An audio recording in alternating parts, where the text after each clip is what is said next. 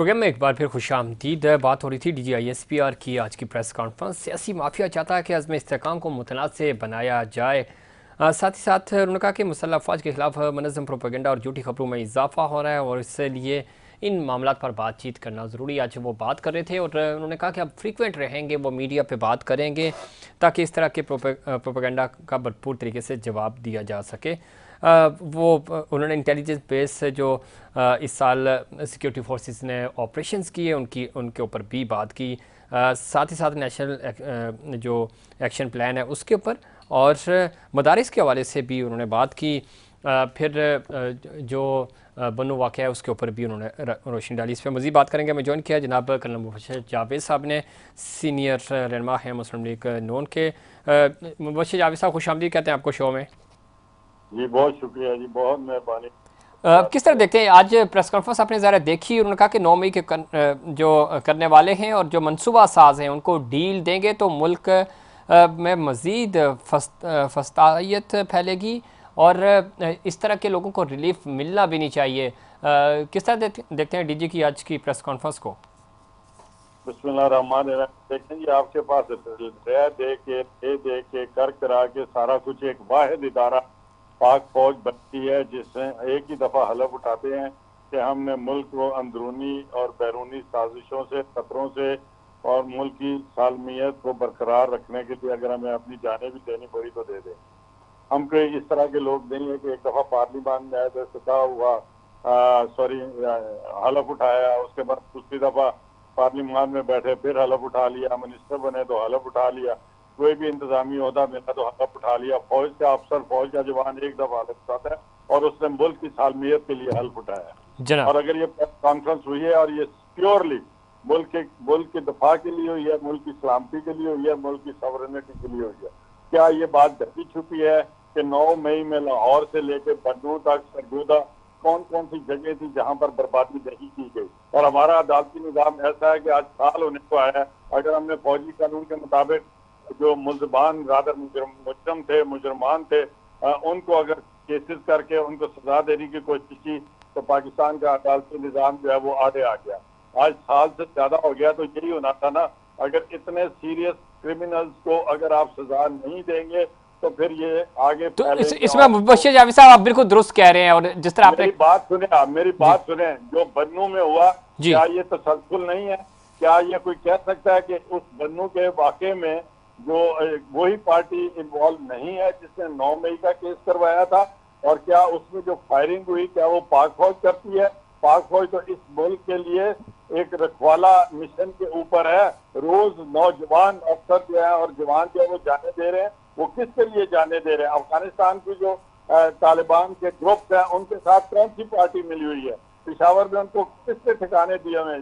उन मुजरमों को किसने छुड़वाया KPK में? और वो क्या मुजरम जो कल पाकिस्तान के दुश्मन थे आज दुश्मन है, उसका क्या मुजाहरा उन्होंने फ्रंट में नहीं किया? पाकिस्तानी फ्लैग को जलाने की कोशिश नहीं की?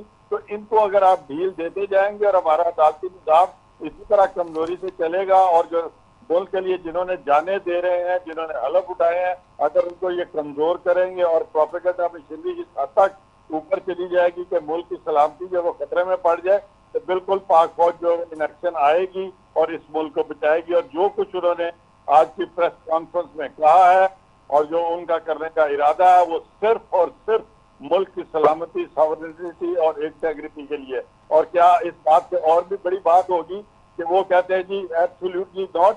और अमेरिका की तारीख में आज तक कभी इतनी परसेंटेज में वोट नहीं पड़े जितने इस पार्टी के सरबराह की फेवर में पड़े हैं। तो ये तो कहते थे एब्सोल्युटली नॉट, मैं अमेरिका के इशारों पे नहीं चलूंगा। तो फिर अमेरिका की हमदर्दियां क्यों? और अमेरिकी कांग्रेस में जो है वो इतने वोटिंग से क्यों करारदाद पास हुई? यूरोपियन यूनियन क्या करने जा रहा था और उन्होंने क्या तैयारी की हुई थी जिसको बड़ी मुश्किल से सफारती पाकिस्तानी हुकूमत की एक बेहतरीन डिप्लोमेसी की वजह से वो रुके? कौन उनको इंस्टिगेट करता है? इंडिया से कौन हेल्प ले रहा है? ये सारी इंडियन लॉबी क्यों? ये बातें ठीक है मुबशर जावेद साहब, आप सही कह रहे हैं। हमारे सिस्टम इतना कमज़ोर क्यों है? रियासत अपनी जिम्मेदारी निभा रही है, ज़ाहिर है बहुत सारे मामला हैं, आप बहुत बेहतर जानते हैं, जिनको सिविलियन साइड से, एडमिनिस्ट्रेशन पॉइंट ऑफ व्यू से देखा जाता है। अदलिया की जिम्मेदारी है, वहीं मीडिया की जिम्मेदारी है। मुकर्रना की जिम्मेदारी है। ये सारी चीज़ें क्यों नहीं, एक ही इदारा है हमारे पास पाक फ़ौज जो मुनज़्ज़म है, जिसके अंदर एक जस्टिस सिस्टम है अपना, और वहाँ पे कोई गलती करता है उसको सज़ा मिलती है। इसके अलावा पूरा सिस्टम हमारा कोलैप्स कर चुका है। तो अगर इतना सिस्टम कमज़ोर होगा तो ये निज़ाम आगे कैसे चलेगा?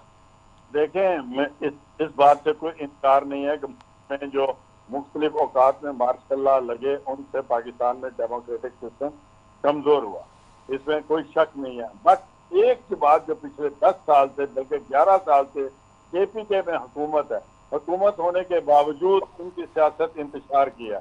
उनका लीडर जेल में बैठ के VVIP जो है वो फैसिलिटीज दे रहा है, उसको टेलीविजन मिले हुआ है। कभी ये भी हुआ है कि जिम, और अगर ना उनको दो तो वो कहते हैं हम जेलों को आग लगा देंगे। अगर वो डायरेक्ट अल्फाज नहीं इस्तेमाल करते तो इनडायरेक्ट तो वो रोज इस्तेमाल करते हैं। वो कहते हैं मैं नहीं तो पाकिस्तान नहीं। तो फिर ये किस किस्म की लॉयल्टी है? हमें ऐसे नासर को इनको चेक करना होगा, इनको सजाएं देनी होगी।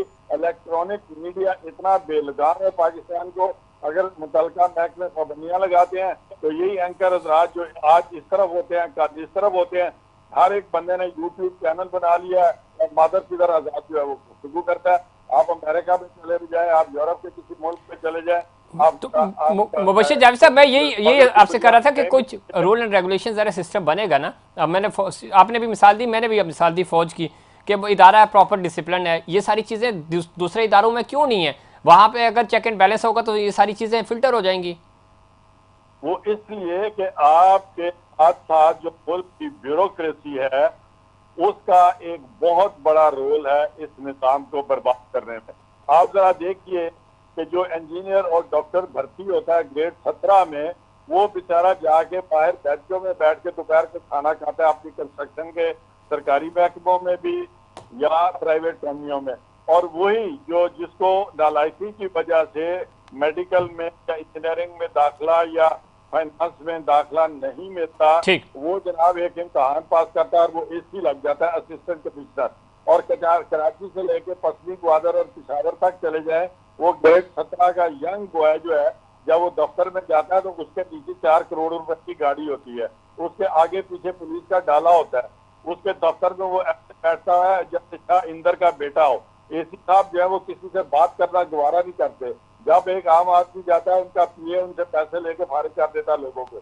अब तो वो भी वो दौर आ गया कि पैसे भी ले लेते हैं ये रेवेन्यू वाले और डिस्ट्रिक्ट एडमिनिस्ट्रेशन वाले, और काम भी नहीं करते। बिल्कुल ठीक कह रहे हैं, और यही वो चीज़ें हैं जिसकी वजह से ये सिस्टम कोलैप्स कर चुका है और हम आगे नहीं बढ़ पा रहे। मुबश्शिर जावेद साहब, अगले किसी प्रोग्राम में ज़रूर आपसे मज़ीद बात होगी। वक्त ख़त्म हो गया प्रोग्राम का। मुझे और इस पाकिस्तान की पूरी टीम को दीजिए इजाज़त। अल्लाह निगहबान।